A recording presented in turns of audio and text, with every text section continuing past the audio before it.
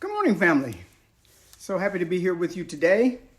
I ran a little bit late trying to work out some lighting. As you can see, it's a little bit dark in here, but I didn't want to be too late. So hopefully you all will be able to put up with the darkness a little bit. We will go on forward because we are not in darkness. As Christians, we are in light. I actually have some light here too, but it's not doing everything that I'd like for it to do. Good morning, Sandy. Again, welcome. Glad you could be here with us. And again, if you are not tuning in live at 10 o'clock every Monday through Friday, and you have an opportunity to peek in on us a little bit later, then we certainly welcome you as well, encourage you, and thank you for being here. And certainly would encourage you to invite others who may have need for just a little bit of encouragement, a little bit of Bible, a little bit of love. Good morning, Georgia, and just a little bit of fellowship. In these times, we certainly could use all that we can get in that arena.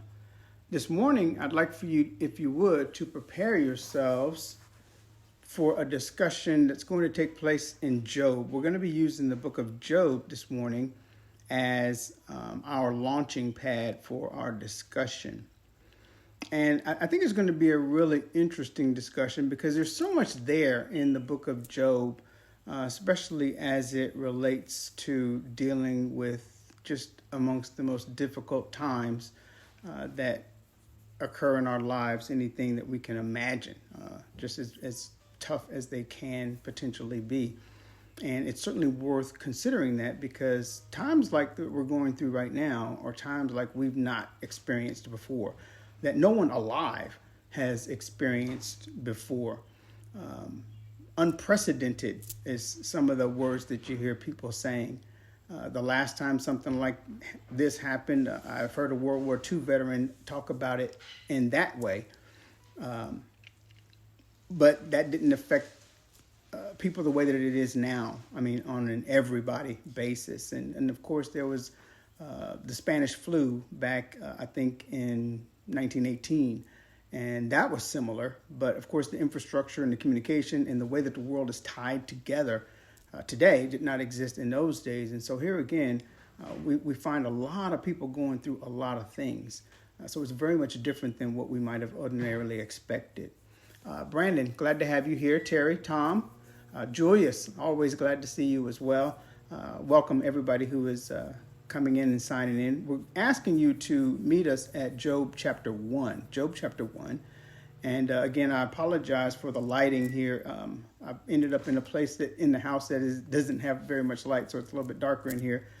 But we're gonna push on and make adjustments tomorrow. Let's go ahead and get started because there's quite a bit that is here.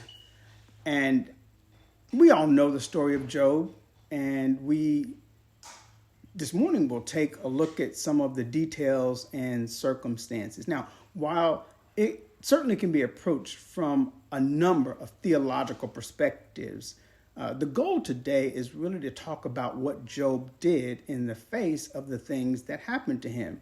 And it's hoped that this will give us an example. This will give us a template. This will inspire us to undergo these days or any kind of quote unquote worst days to come with strength, with grace, with faith, and certainly with reverence for God. And so if I had to kind of come up with a theme for the message today, really the thing that jumps out to me is perspective.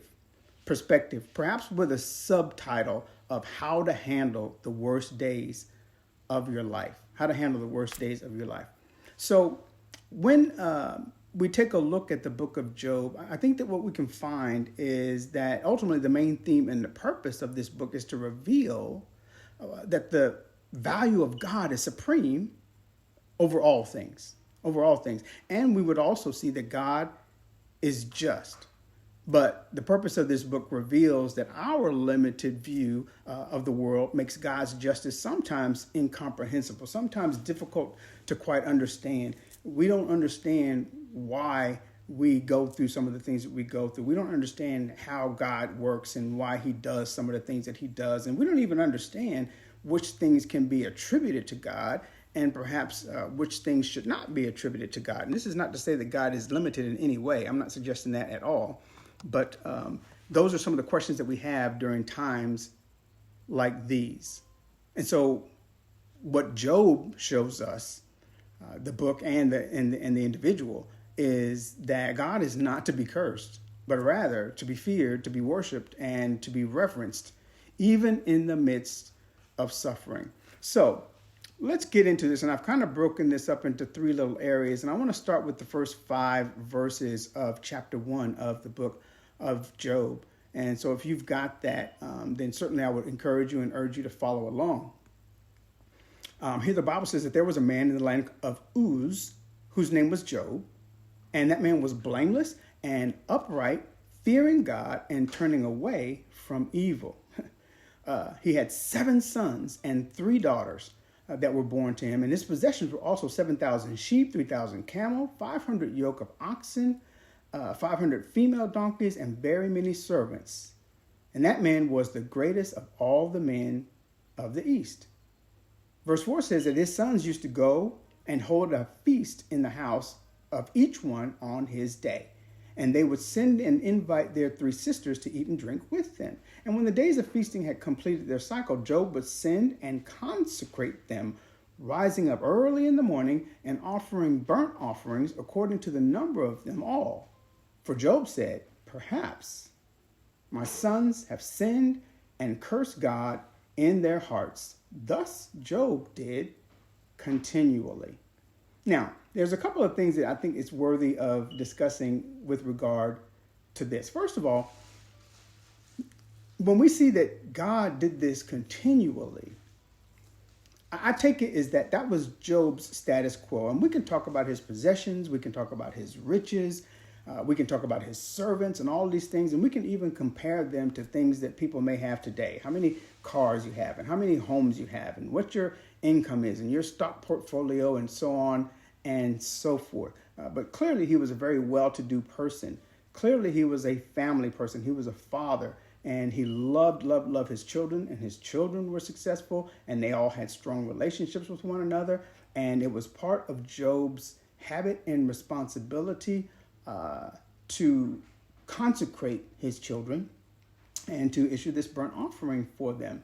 Why? Against any sin that they may have committed, which also tells us that there was a relationship there with God, right? So his life, before anything happened, even just as an introduction, this is what his life consists of. And that was his status quo. And so I would encourage each one of us to consider, what is our status quo? What's the condition of our socioeconomic status? What's the condition of our employment or investments? How we spend our time, where we go, what we do, who we know, what's our relationship with our family? And just consider that a status quo. Just consider that a starting point for everywhere that we're going to go with the story this morning. I would also encourage you to take a look at Job's habits. Again, how he raised his family, and most importantly, his relationship with God. Because again, if he's consecrating the kids and he's making these sacrifices on their behalf, just sort of looking out for them in his relationship with God, that says something about him. And one of the things that I notice is that what he's doing here already involves God. You know, a lot of times with very, very, very wealthy people, they feel like they don't need God. That poor people need God because they don't have anything else. But wow, once I've accomplished this and once I've accumulated that, what do I need God for? I have everything I need. Now, I'm not saying that that's true of every rich person, but, you know, we can go to the Bible and talk about the rich young ruler who was unwilling to release and relinquish his riches for heaven that he also desired. We can talk about the man who had all these wonderful possessions and tore down barns in order to build bigger ones so that he can take his life at ease.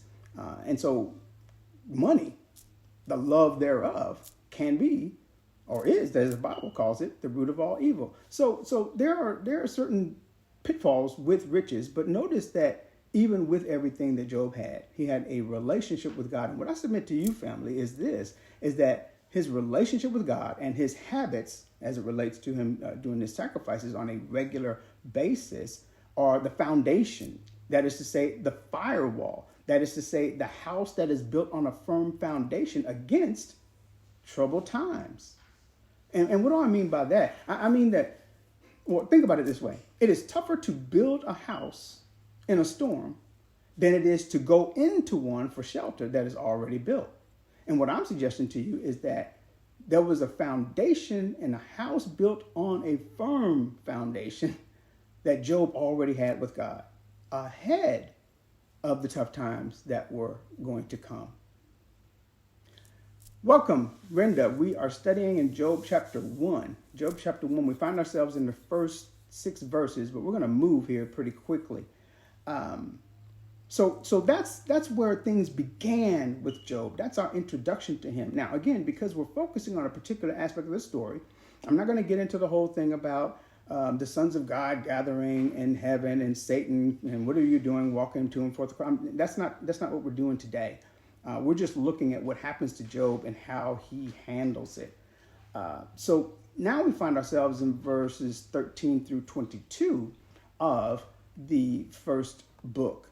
And here, and I don't know if I'm going to read all of this, but what we can see here is that there was a day when his sons and daughters were eating and drinking in the oldest brother's house. Again, they did this really every day. 7 brothers, 7 days, they would invite the sisters. And this was a typical day where they were having dinner at one of the brothers' house. And so a messenger came to Job and said that the oxen were plowing and the donkeys feeding beside them, and the Sabaeans attacked and took them. And they also slew the servants with the edge of the sword, and I alone have escaped to tell you. And so now we start to see that Job is getting some bad news. A lot of his livestock have been taken by enemies. And then no sooner than he got that information, then another servant showed up and said that there was a fire that fell from heaven, and it burned up all the sheep and the servants and consumed them. And only this person lived to tell the story. And even while that person was speaking, another one said that the Chaldeans came and they made raids on the camels and took them and slew even more servants.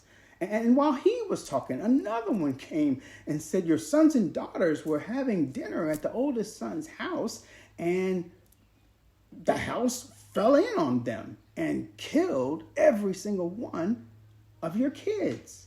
I mean, it just gets worse and worse and worse. And so in verse 20 of this, the Bible says that Job arose and tore his robe. Now I'm going to stop there because I'm going to come back to that.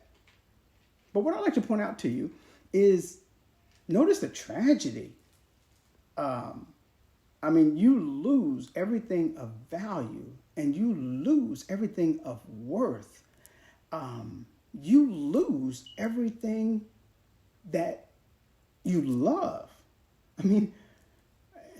Camels and oxen and sheep notwithstanding, how could anyone stand the death of their children? And brothers and sisters, I'm a living witness of what it's like to lose a child. And for Job to have lost 7 sons and 3 daughters in one tragic accident quickly adds even more perspective to the overall loss. It's one thing to lose property. It's one thing to lose possessions, but to lose life. And all these things happened to him at the same time. Now, here's something that we should do. We should really be thinking, how would I respond? How would I react in a situation like that? What is it that I, fill in your name, would do? Or how would I feel if anything remotely similar like to that happened to me? Now, I'm sure that we all have our own answers. I would have mine. I'm sure you have yours. But the purpose of us having this conversation is to take a look at what Job did in an effort to help inform and influence what we might do if something similar happened to us. The first thing I would point out to you is that he grieved when the Bible in verse 20 says that Job arose and tore his robe and shaved his head. In that culture at that time, those were the things that you did where you were in grief. And I mean just abject grief.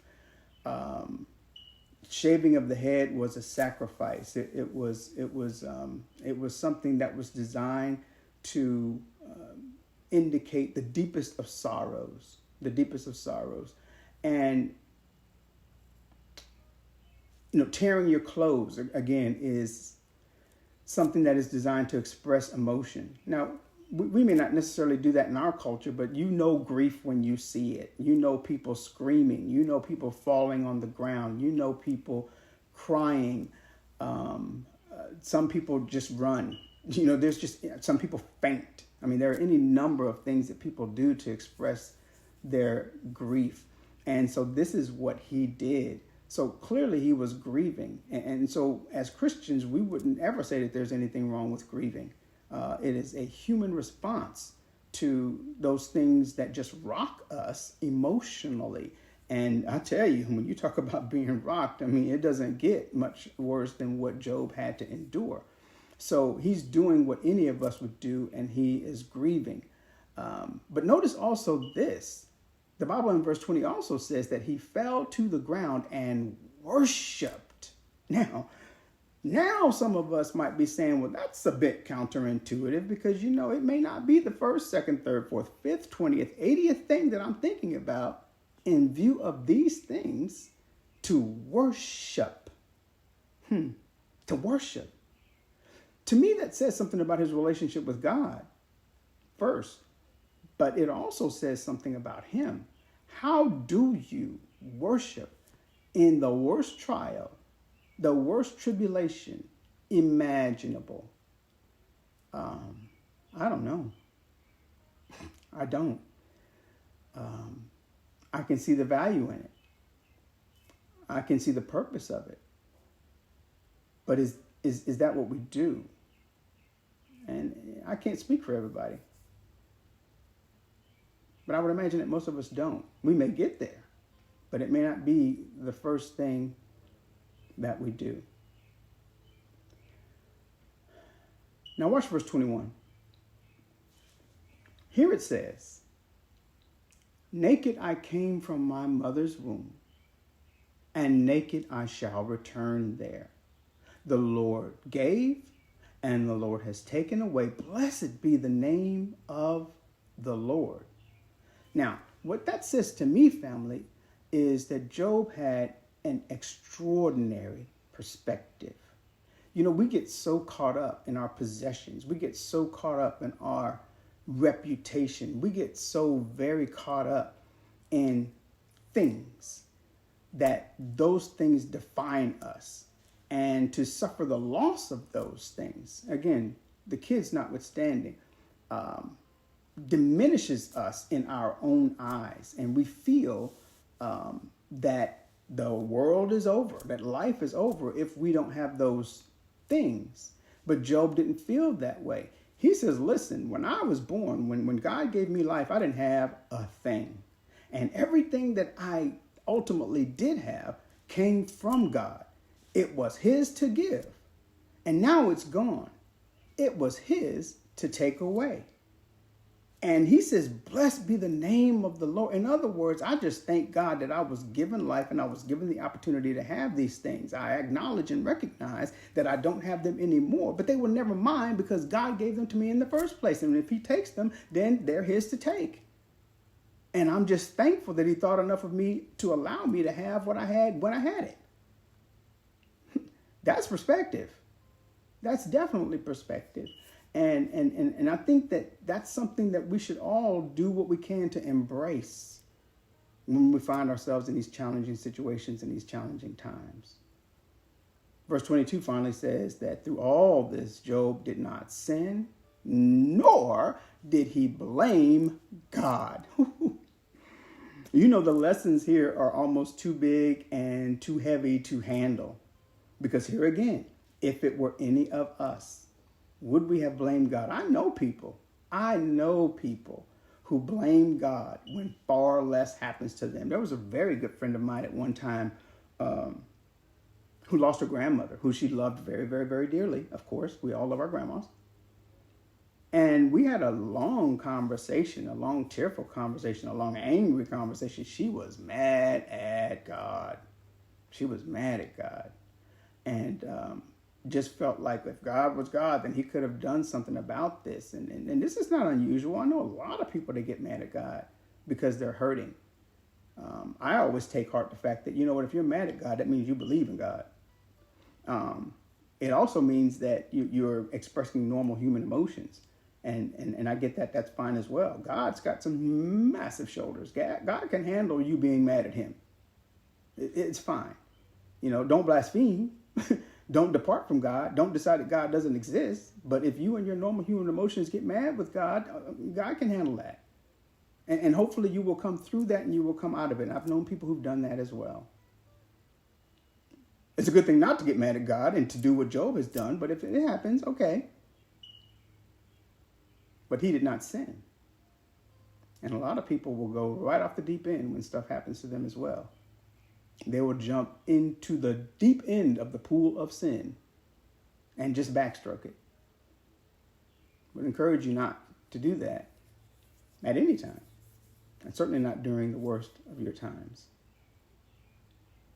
It'd be great if we could stop the story there and say, this is how he handled the things that happened to him. But believe it or not, it got worse. In chapter 2, beginning in verse 7, again, passing up all the stuff about the conversations between Satan and God, Satan did in fact go out from the presence of God. And the Bible says, smote Job with sore boils from the sole of his foot to the crown of his head. And so what did Job do in verse 8? He took potsherd, that is to say, broken pieces of pottery, to scrape himself while he was sitting in the ashes. You may say, well, ashes? What do ashes have to do with anything? Again, that was part of the grieving. You may have read in other parts of the Bible where those who were grieving, I mean, David did this when his kid died, clothed themselves in sackcloth, which was a very sort of rough material, the material of grieving, and put ashes all over themselves. You know, this is just another cultural sign of grieving at that time. So here he is sitting in all these ashes, just grieving. And now his health is afflicted. Now he's in physical pain to go along with his emotional pain. He's scraping himself with these broken pieces of pottery, sitting in ashes. And what should happen? His wife comes along in verse 9 and says, do you still hold to your integrity? Are you still a Christian? Are you still a moral agent? What you ought to do is curse God and die. Now, I'm not going to get myself in any trouble at all talking about wives in general or this particular type of wife. Ma'am, is there something that you'd like to add to the conversation? No. Okay, all right. Wife. But he said to her, you speak as one of the foolish women speak. Shall we indeed accept good from God and not accept adversity?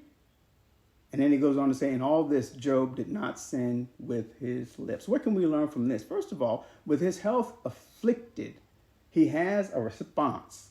And I want you to know, family, that this can happen to us.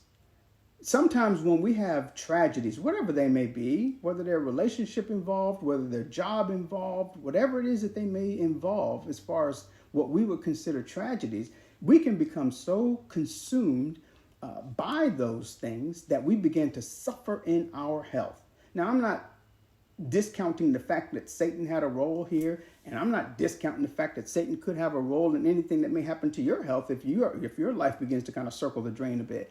But what I'm saying is that just even psychologically and physiologically, our health and our bodies could ultimately begin to break down as a response to some of the tragedies that we're experiencing. And we have to be thoughtful about that. We have to be careful about that. To the very best of our ability, even when we're going through the worst of times, we need to do all we can to protect our health in order for us to be able to continue to move and to do things that need to be done. But I don't want to go too far into that, but just understand that his now he's dealing with his health, which is incredible. Then he deals with this situation with his wife. And I just want to kind of put this in a larger and more general sense, that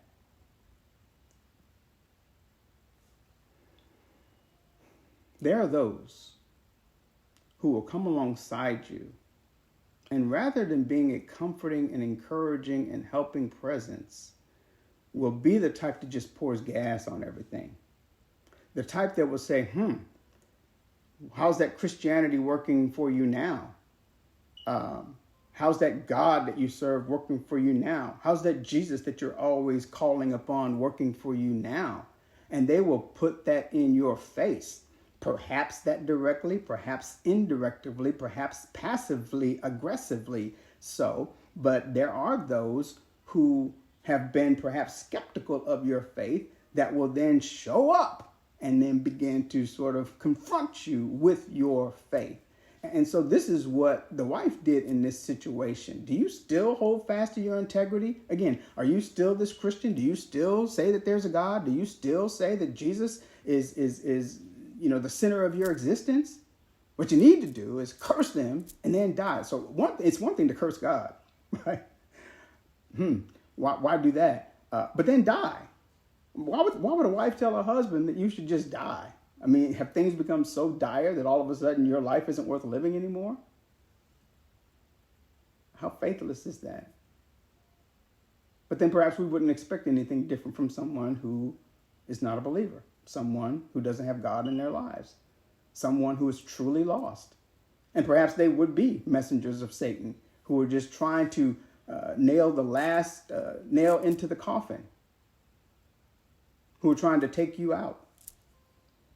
We have to be mindful and thoughtful about those kinds of things too. It's these kinds of things that can happen that should make us draw even closer to God for his protection, for his comfort, for his peace. It's interesting. He says it's foolishness to even think that way. And when he says, shall we indeed accept good from God and not accept adversity? Here again, that amazing, amazing perspective. That Job, he has a level of maturity that is rare. For him to have had so many things and to have lost them all at the same time, and to have enough presence of mind to recognize that they never belonged to him, but they were gifts of God with which he was entrusted, and that God has the ability to take them back. That's amazing in and of itself. But for him to be able to tell someone who is working against him now, to be able to say to that person, how is it that we can accept good and not be willing to accept adversity? I knew a person once who struggled in his marriage. And it just seemed that there were a number of things that this person had to deal with that was out of his control and out of his wife's control. And at the time, he began to sort of think, well, why me? I didn't sign up for this. I expected my marriage and my relationship and my wife to be A, B, C, D, E, F, G. And, things got a little tough. But perspective is something that he found. Looking at a video of the wedding, of them standing there in front of the priest, in the church, in front of God and everybody, all the witnesses and family. And when the vows were read, he rewound it and played it again, and rewound it and played it again, and rewound it and played it again. And you know what those vows said? They said, for richer, for poor, for better, for worse, in sickness and in health. And so the idea is that you, in fact, did sign up for this. And the thought came to him that, you know what, if the wife had been a wealthy heiress, and all of a sudden you became very, very well-to-do, and you had all these things, you gladly accept that. But you know what? If that's not the case, and it ends up being that the wife may need some things, and you become a caregiver, you signed up for that too. And so this is what Job is saying. We accept the good. We look for the good. We need to be able to accept the not so good as well, because according to what he's saying here, they all came from the same God. And God never promised any of us a rose garden. God never promised any of us a pain-free, trial-free life. He gave us life, and we are to live that life and be grateful for that life while we have that life. And if we've lived that life in a manner in keeping with what he requires, then we will have everlasting life. And there will be no trial and no tribulation in that life. That's where our faith comes in. That's what perspective ought to tell us. And lastly, the Bible says that Job did not sin with his lips. So in all of this, he kept his head. In all of this, he kept perspective. In all of this, he kept his love for his God. In all of this, he kept his integrity, as his wife called it. And even though he grieved, and even though he was emotional, and even though he sat there with a bald head, scraping boils off of his skin, and in ashes, he worshiped, praised, and honored God. Family, I realize how difficult that can be for some of us when we go through tough times. But the Bible gives us an example of how to. The Bible gives us an example of someone who did. And we can either choose to follow that example, or we can choose to go our own way. As Joshua said, as for me and my house, we will serve the Lord. Now, let me close with this. Now, in these days of COVID-19, there are many of us who are dealing with it in a variety of different ways and going through different things. And this may or may not be the worst of your days. If not, then you've already experienced what you feel is the worst of your days. And you know that God can bring you and will bring you through anything after that. Whatever it is that you went through that was the worst thing that's ever happened to you, and you sit here today, clothed and in your right mind, God brought you through that.